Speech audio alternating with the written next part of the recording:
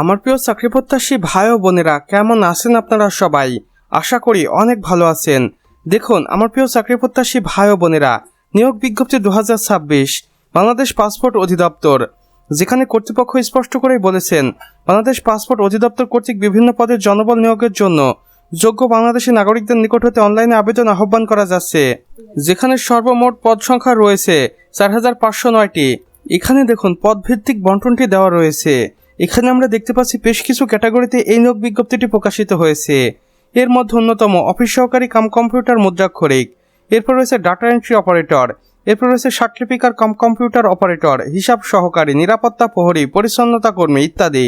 আবেদন শুরুর তারিখ দেখুন 14 এপ্রিল 2026 এবং আবেদনের শেষ তারিখ থাকছে 10 মে 2026 পর্যন্ত।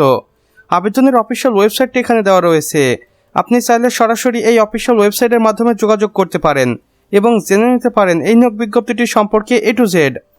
এছাড়াও এখানে আমরা দেখতে পাচ্ছি আবেদনের বিভিন্ন শর্তাবলী, যেগুলো আপনাকে পূরণ করতে হবে। আসুন এক নজরে দেখে নেই এখানে কি কি শর্তাবলী চেয়েছে কর্তৃপক্ষ। থেকে অবশ্যই বাংলাদেশের নাগরিক হতে হবে, নির্ধারিত শিক্ষাগত যোগ্যতা ও অভিজ্ঞতা থাকতে হবে, অনলাইনে আবেদন ফর্ম পূরণ করতে হবে, আবেদন ফি নির্ধারিত পদ্ধতিতে জমা দিতে হবে। বিশেষ নির্দেশনায় কর্তৃপক্ষ আরও বলেছেন অসম্পূর্ণ বা ভুল তথ্য সম্বলিত আবেদন সরাসরি বাতিল বলে গণ্য হবে, নির্ধারিত সময় পর কোনো আবেদন গ্রহণ করা হবে না। এবং কর্তৃপক্ষ আরও বলেছেন এই সুযোগ হাতছাড়া করবেন না, এখনই আবেদন করুন। তো আমার প্রিয় চাকরি প্রত্যাশী ভাই ও বোনেরা, আমাদের আজকের ভিডিও এতটুকুই। ভিডিওটি ভালো লেগে থাকলে অবশ্যই একটি লাইক করে দিবেন এবং কমেন্ট বক্সে লিখে জানাবেন আমাদের আজকের ভিডিওটি আপনাদের কেমন লেগেছে।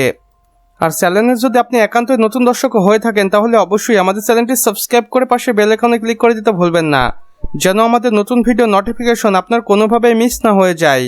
আমাদের সম্পূর্ণ ভিডিওটি দেখার জন্য আপনাকে অসংখ্য ধন্যবাদ।